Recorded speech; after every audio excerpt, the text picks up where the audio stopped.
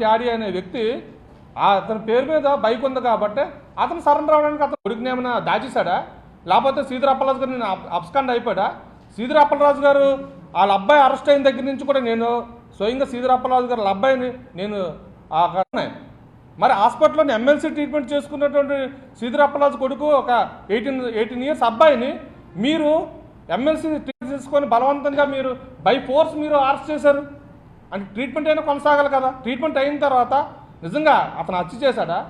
జరిగింది రోడ్ యాక్సిడెంటే కదా, మీరే చెప్తున్నారు రోడ్ యాక్సిడెంట్, మీడియా కూడా అంటారు. అప్పలరాజు గారు ఏదో కేసులు తారుమారు చేశారంటే జరిగింది హత్య కాదు కదా, ప్రమాదంలోని వేరే వాళ్ళు పెట్టారు మీరు అంటున్నారు. వేరే వాళ్ళని పెట్టడానికి అవతల వాడు డైరెక్ట్గా సరెండర్ అయితే అదే అది ఎప్పుడు తేలాలి? దర్యాప్తులో తేలాలి, కోర్టులో తేలాలి. దాన్ని మీరు అథెంటికేట్కి మీరు రైట్ ఉంది. మీరు ఏ విధంగా దాన్ని జస్టిఫై చేస్తారు? అది లేదు కదా. మీరు జస్టిఫై చేసే రైట్ ఎవరికి ఉంది? న్యాయస్థానానికి ఉంది. ఆ బిఎన్ఎస్ యాక్ట్ చెప్తుంది అది ఏ విధంగా చేయాలండి. వీళ్ళు ఎలా డిసైడ్ చేసేస్తారు, వీళ్ళు ఎలా అరెస్ట్ చేస్తారు? అంటే పూర్తిగా కుట్ర కోణంలో శ్రీధర్ అప్పలరాజు గారిని ఏదో ఇబ్బంది పెట్టాలి, ఏదో విధంగా ఏదో ఒక కేసులో పెట్టి అరెస్ట్ చేసేయాలి అంతే వాళ్ళు అనుకున్నారు, దాన్ని చేశారు, అంతకుమించి ఏం లేదు. ముందుగా దానయ్య చనిపోయిన కుటుంబానికి మా ప్రగాఢ సానుభూతిని తెలియజేస్తున్నాము. ఇవి అడిగిందని చెప్తున్నాము మేము. దానయ్య వాళ్ళ ఆవిడండి ద్రౌపది గారు, మా ఆయన సిద్ధార్థ వ్యక్తి బ్లాక్ కలర్ ఇన్ఫీల్డ్ మీద అతి వేగంగా అతి నిర్లక్ష్యంగా నడిపి వెనకనే గుద్ది వల్ల మా ఆయన చనిపోయాడని ఆయన కంప్లీట్ ఇవ్వడం జరిగిందండి. ఆవిడ దానయ్య వాళ్ళు ఆడండి బాధ అంతే. ఇక్కడ ఈ కేసును దాల్మని చేయడం కానీ ఇక్కడ మ్యాన్ఫైల్ చేయడం కానీ లేదండి. మొదటగా ఆవిడ ఇచ్చిన కంప్లైంట్ ఇది. దీని మీద పోలీసు దాదాపు చేసి సిద్ధార్థని అదుపులో తీసుకున్నారు దాన్ని. అంతేగాని ఇప్పుడు బైక్ వాండర్ సిద్ధార్థ అని అబ్బాయి బైక్ వాండర్ గుద్దింది అప్పలరాజు వాళ్ళ అబ్బాయి. అది యాక్సిడెంటల్. అది దాన్ని ఏంటంటే మేము యాక్సిడెంట్గా చూసుకోవాలి తప్పితే ఇలాగా ఒక సామాజిక వర్గానికి సంబంధించిన మాకు పెద్ద మనిషి అప్పలరాజు గారు కానీ లేకపోతే మోపుదేవి గారు కానీ ఇలాగ మాకు మన కుల రవీంద్ర గారు కానీ ఆయన మీద కేసులు పెట్టేదండి. మోపుదేవి గారిని జైలు పంపించారు. ఇదే కూటమి ప్రభుత్వం అండి. కూటమి ప్రభుత్వం చెప్తున్నాను నేను. ఇంతకుముందు కూడా అదే మేము కొన్ని ఏమన్నా అడగడానికి వెళ్తే తోలు తీస్తాం తొక్క తీస్తాం అని అనే మాటలు కూడా ఉన్నాయండి. మీరు ఎంత మత్స్యకారులు శుద్ధి ఉన్నారో ఇప్పుడు నిరూపిస్తానండి. నేను మొన్న బోటు చనిపోయిన వ్యక్తులకి మీరు 10 లక్షలు ఇచ్చారండి. ఎవరి డబ్బు అండి అది? వాళ్ళు ఇన్సూరెన్స్ కట్టిన డబ్బులు వాళ్ళకి ఇచ్చారండి. కూటమి ప్రభుత్వం డబ్బులు లేదు, అదనంగా ఇవ్వలేదు. వాళ్ళు రావాల్సిన డబ్బులు కాకపోతే 6 నెలలు లేకపోతే సంవత్సరం లేట్ అవుద్ది, అది ఎప్పటికైనా వస్తాయండి. వాళ్ళ డబ్బులు వాళ్ళకి ఇచ్చి మేము ఏదో గొప్పలు చేస్తాము. ఒక మత్స్యకారు చేపలకి వెళ్ళి సముద్రం చనిపోతే రాష్ట్ర ప్రభుత్వం 5 లక్షలు, కేంద్ర ప్రభుత్వం 5 లక్షలు 10 లక్షలు ఇస్తుందండి. ఇన్సూరెన్స్ అది బీమాకి వస్తుంది. వాళ్ళ బీమా వాళ్ళకి ఇచ్చి మీ సంఖ్యలు గుర్తుకుంటున్నారండి. అది కాదు మత్స్యకారులు చేసిన న్యాయం కాదు. మీరు మత్స్యకారులు న్యాయం చేయాలంటే మీ ప్రభుత్వం నుండి కోర్టు డిమాండ్ చేస్తామండి. కనీసం 50 లక్షలు అయిన వాళ్ళు కదా, అది లేదు. మా డబ్బులు మాకు ఇచ్చి మీరేమో గొప్పలు చెప్పుకొని వెళ్ళిపోయారు. అది ఇదేంటి మా సామాజిక వర్గం మీద మీకున్న శుద్ధి ఇది చాలా అన్యాయం అండి. ఇది అందుకేంటంటే రాష్ట్ర వ్యాప్తంగా నిన్న మొన్న గత 10 రోజులు బట్టి అన్ని జిల్లాల్లోని మేము ప్రెస్ మీట్లు పెడుతున్నామండి. శ్రీకాకుళంలో పెట్టాం, అక్కడ గుంటూరు, విజయవాడ, ఒంగోలు, ప్రకాశం, నెల్లూరు, అక్కడ కడప అన్ని దగ్గర పెడుతున్నామండి. ఏంటంటే మత్స్యకార సామాజిక వర్గం మీద కూటమి ప్రభుత్వం అంటే తెలుగుదేశం ఒకటే కాదండి, బీజేపీ, జనసేన 3 పార్టీలు కూడా చెప్తున్నాం మేము. ఈ 3 పార్టీలు కూడా తగిన గుణపాఠం చెప్తాం. 2029లోని తగిన గుణపాఠం చెప్తాం. ఎందుకంటే ఈ రాష్ట్రంలోని యాదవ్ సామాజికం తర్వాత మాదే మత్స్యకార సామాజికం ఎక్కువ ఉంటుంది. నా మీద మేము కొన్ని నియోజకవర్గాల్లోని ఓట్లేస్తే గెలిచే ఎమ్మెల్యేలు కూడా ఉన్నారండి. అది గుర్తుపెట్టుకోండి. మేము ఓట్లేస్తే గెలిచే ఎమ్మెల్యేలు కూడా ఉన్నారు. దయచేసి అది పోగొట్టుకోవద్దండి. మీరు రాజకీయ సక్సెస్ ఉంటే మీరు పెట్టండి కేసులు, ఆ తరుణంలో పెట్టండి. ఇలాంటి చిన్న చితగా కక్షాదులు అనేది తప్పుడు కేసులు పెట్టి బనాయించి మాకు సామాజిక వర్గాన్ని ఒక విద్యావంతుడు, వైద్యుడు అలాంటి వ్యక్తిని పెట్టడం అనేది చాలా అన్యాయం అండి. కావున ఇప్పటికైనా కూటమి ప్రభుత్వం కళ్ళు తెచ్చుకోండి, మత్స్యకారులు చిన్నసూపు చూడకండి. ఏవైతే అక్రమ కేసులు పెట్టారో బనాయించిన అవన్నీ తక్షణం రద్దు చేయాలని చెప్పి మేము మత్స్యకార సామాజిక వర్గాన్ని డిమాండ్ చేస్తున్నాం. నేను అడ్వకేటు, డిస్ట్రిక్ట్ కోర్టు. నా పేరు తెడ్డు రామదాసు, అడ్వకేట్ అండి. విశాఖపట్నం జిల్లా కోర్టులో ప్రాక్టీస్ చేస్తున్నాం, ప్రాపర్ భీమునిపట్నం.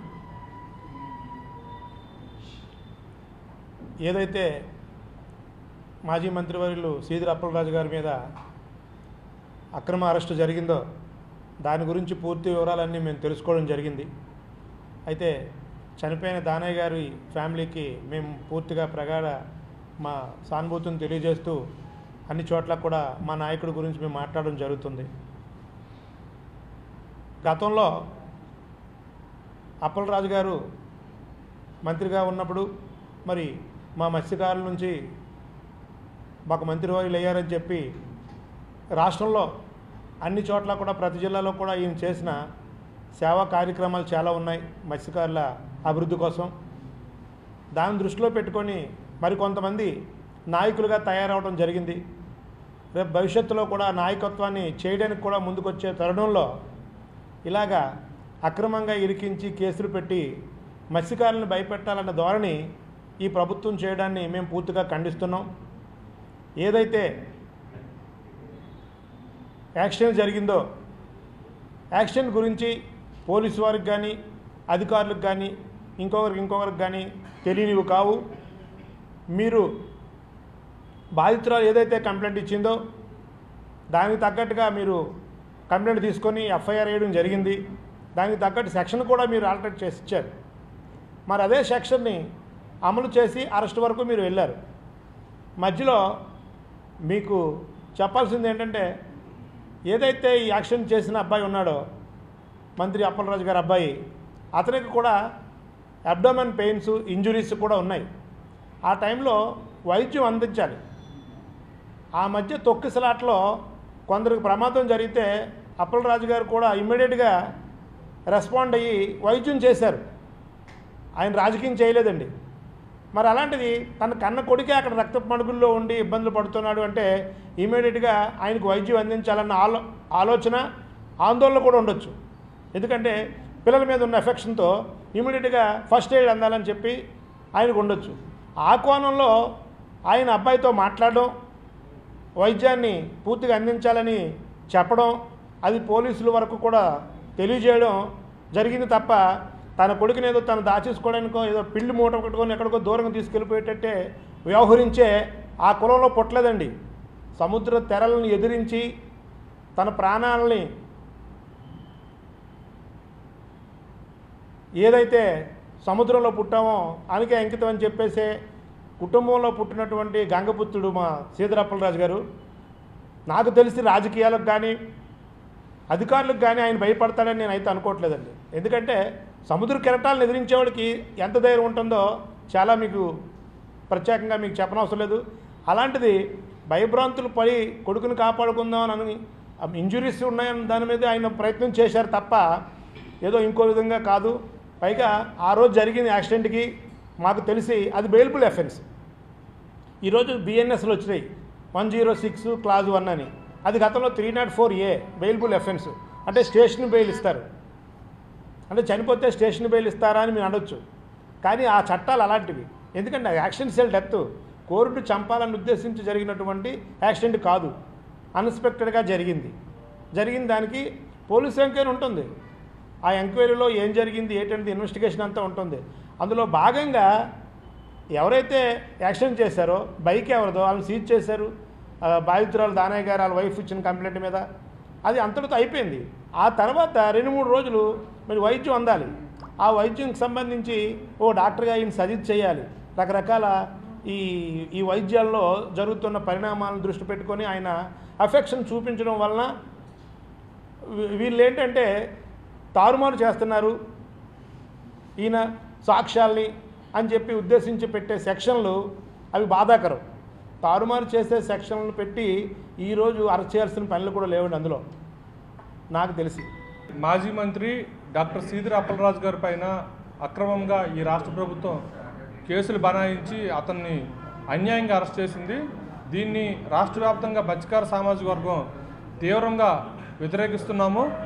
ఎందుకంటే సీదిరి అప్పలరాజు గారికి ఉన్న మంచి పేరు, అతను ఒక మంత్రిగా పనిచేసేటప్పుడు ఆయన తీసుకొచ్చిన రిఫార్మ్స్, అదేవిధంగా ఫిషింగ్ హార్బర్లో జరిగిన ప్రమాదం సమయంలో కూడా 48 గంటల్లోనే దాదాపుగా 7.5 కోట్ల రూపాయలు మత్స్యకారులకు అందరికీ ఇచ్చి వాళ్ళందరి జీవితాలు నిలబెట్టడము, అదేవిధంగా పలాస నియోజకవర్గంలో ఎంతోమంది శ్రీకాకుళం జిల్లాకు సంబంధించిన వాళ్ళకి వైద్యం చేసి వాళ్ళ ప్రాణాలు నిలబెట్టడంలో కూడా చాలా కీలకమైన వృత్తులు ఉన్నటువంటి డాక్టర్ సీదిర అప్పలరాజు గారి పైన ఈరోజు వాళ్ళ కుమారుడు చేసినటువంటి ప్రమాద యాక్సిడెంట్కి సంబంధించి అతన్ని బెయిలబుల్ సెక్షన్లు ఉన్నా కూడా అక్రమంగా అన్యాయంగా ఈరోజు అరెస్ట్ చేసి జైల్లో పెట్టడాన్ని మేమైతే తీవ్రంగా ఖండిస్తూ ఉన్నాము.